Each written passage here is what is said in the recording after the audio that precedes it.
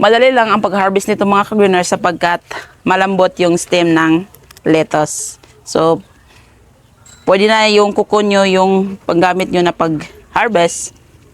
Ayan. Ganito lang. So, ayan. Hindi natin uubusin dahil lalaki pa ito. So, may makakain pa tayo. So, ito ang kagandahan kapag may sarili tayong tanim mga ka-greeners. O diba, napaka-fresh ng ating kinukuha na lettuce.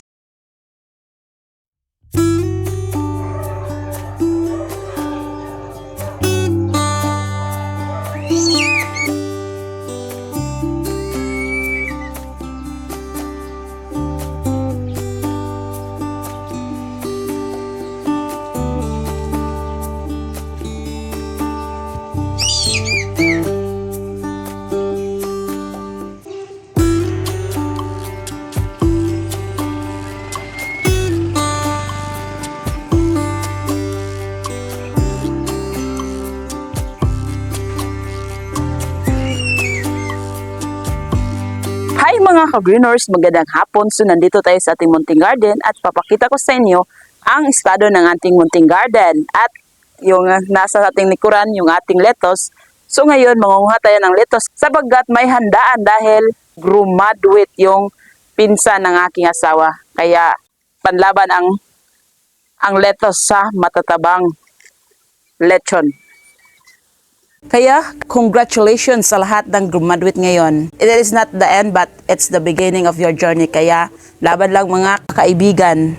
So ngayon, ang una natin gagawin ay tutor ko kayo or ipapakita ko sa inyo yung estado ng ating munting garden. Nagpapasalamat tayo mga greeners dahil hindi na masyadong mainit at umuulan na dito sa amin. Kaya, ito na ang estado ng ating munting garden na nakatikim na ng ulan. Kaya thank you sa ulan. So ayan mga ka-greeners yung alugbati natin. At hindi ko nga pala sa inyo na ipakita yung pagpalit natin ng hollow blocks dito sa ating ginawang raised bed. So ayan na sila, yung itsura niya. At saka yung ating ibang alugbati, ayan o. Nung nakatikim sila ng ulan, ayan, yumayabong sila at nagiging maganda ang kanilang dahon. At ito yung ating lettuce na aanihin ngayon dahil sa may handaan at nag-request yung mother-in-law ko na magdala daw kami ng lettuce dahil magandang kainin ang lettuce kapag may lechon. Yes, oo. Masarap ang lettuce kapag may lechon o di kaya yung mga matatabang karne. Bagay na bagay yung lettuce sa mga matatabang karne.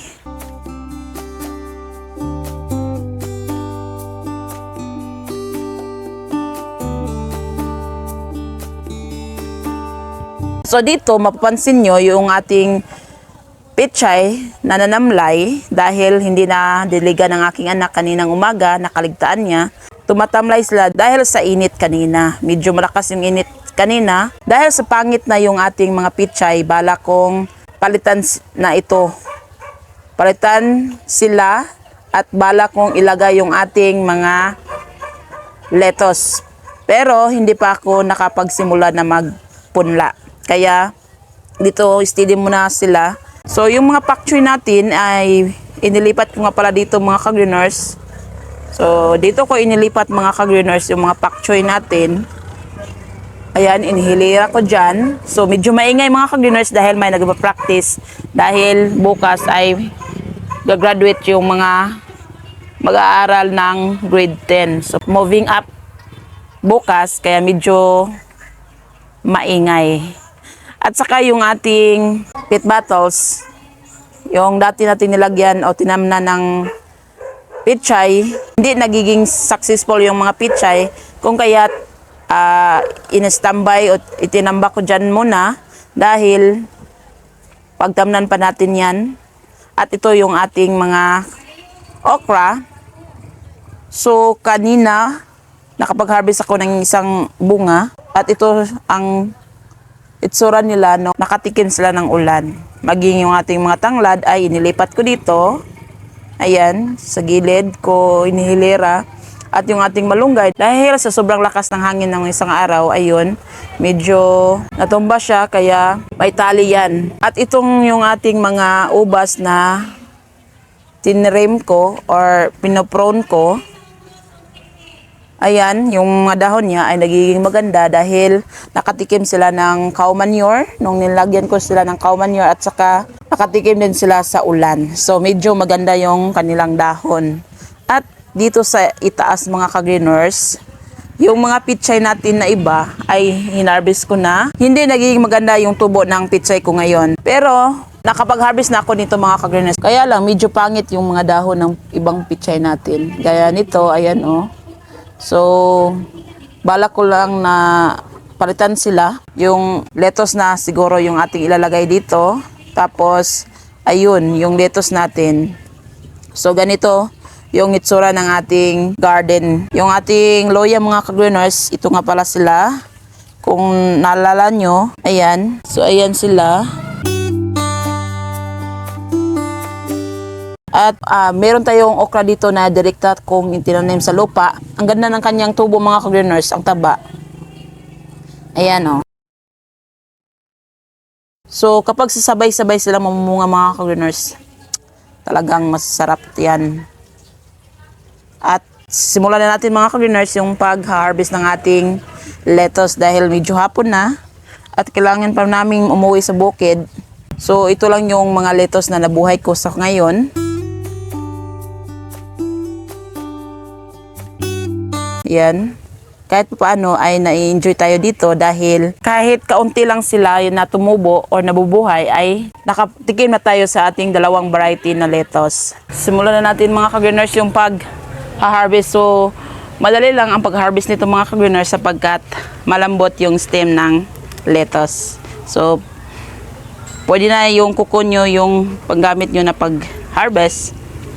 Ayan. Ganito lang.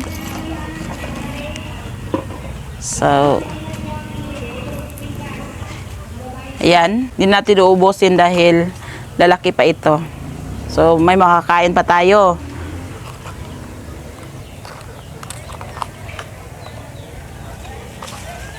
Tapos ganito, ito.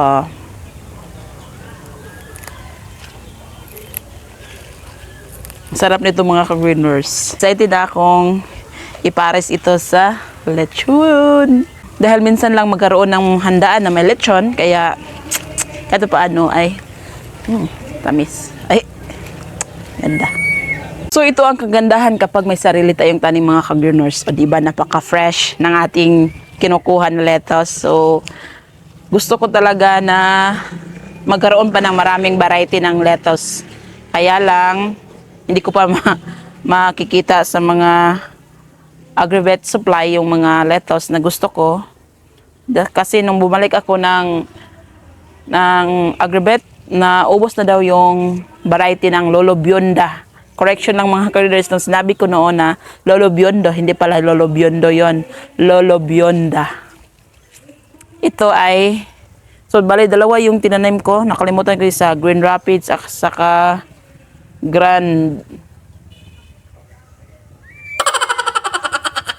Nakalimutan ko. Basta dalawa yung variety natin na itinatanim dahil yung red lettuce natin ay hindi tumubo. Kaya ito lang dalawa na variety yung tumubo. Natikman ko na ito dahil hindi ko na ipakita sa inyo yung una kong harvest. Ang sarap pala ng Green Rapids at saka kalimutan ko talaga yung isang pangalan. Basta ang sarap ng dalawang variety ito. Hindi ko lang ma-explain. Ito. Nasira ito. Dahil itong nilagyan natin ng mga lettuce ay noong paglakas ng hangin, nasira siya. So bumagsak yung ibang lettuce. Buti na lang hindi lahat nasira. Meron pa tayong makukuha.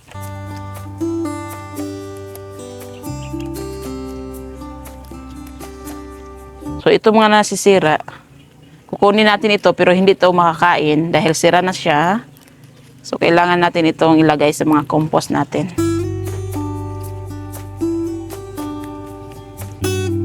So ito. Ito yung kuha natin. So napakasimple.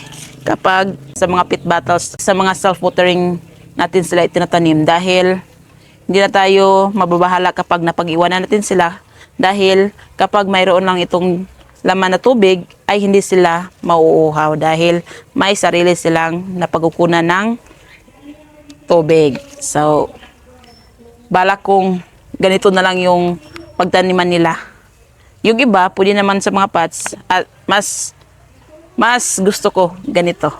Sana kayo rin ay magtanim dahil walang ibang masarap na mapagkukunan ng masustansyang pagkain kundi yung sariling tanim natin. Sayang, sira yung dahon niya. Limitado pa naman sana yung ating yung dahon natin ng lettuce dahil kaunti lang sila na nabubuhay. Pero thank you pa rin kahit papaano ay makatikim hindi lang ako kundi pati yung mother-in-law ko.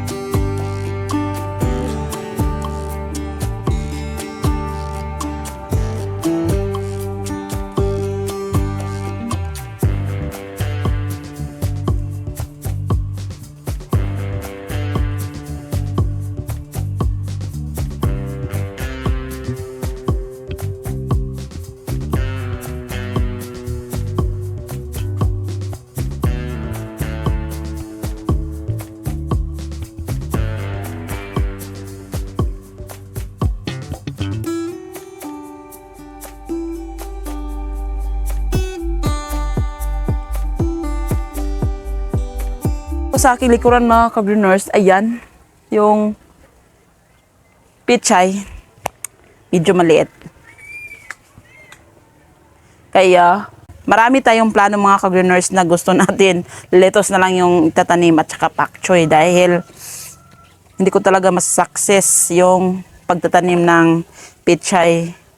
Siguro kulang pa ako sa kaalaman kaya try and try pa ako. Kaya trial and error pa tayo dito mga ka-greeners dahil wala nga akong pinag-aralan tungkol sa pagtatanim pero dahil sa aking pagpupursige na matututo at ayan, may nagtatanong sa akin kahapon yung classmate ng aking anak, sabi niya, wow, ang dami mong tanim ah. Ako pang lipas oras ko lang, bakit mo kinahililigan yung pagtatanim? Wala.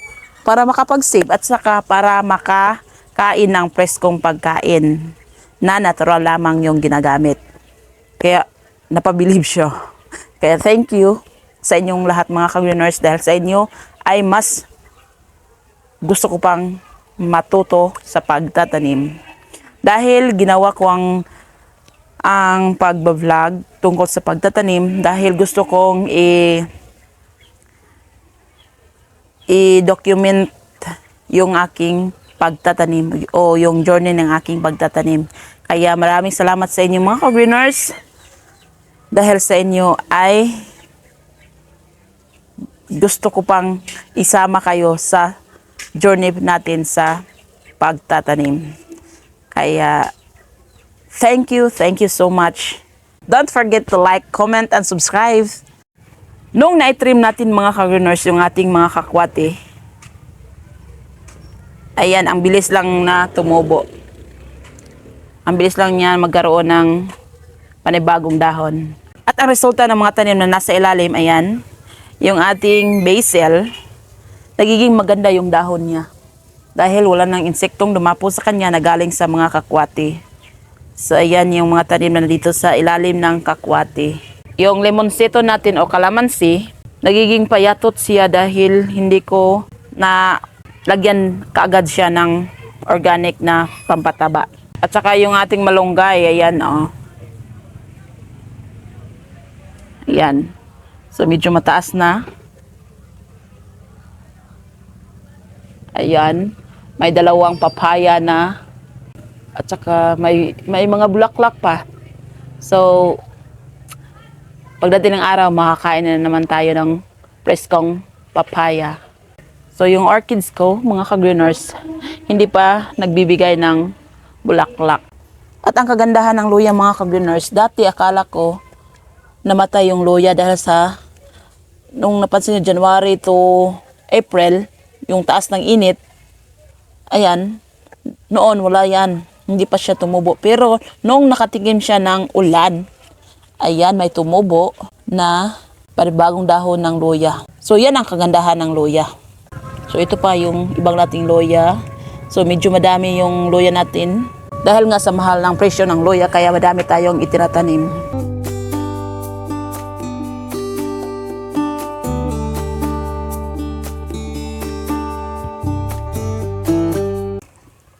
So ito yung na-harvest natin. Kahit pa paano, tingnan nyo, masasarap na ito.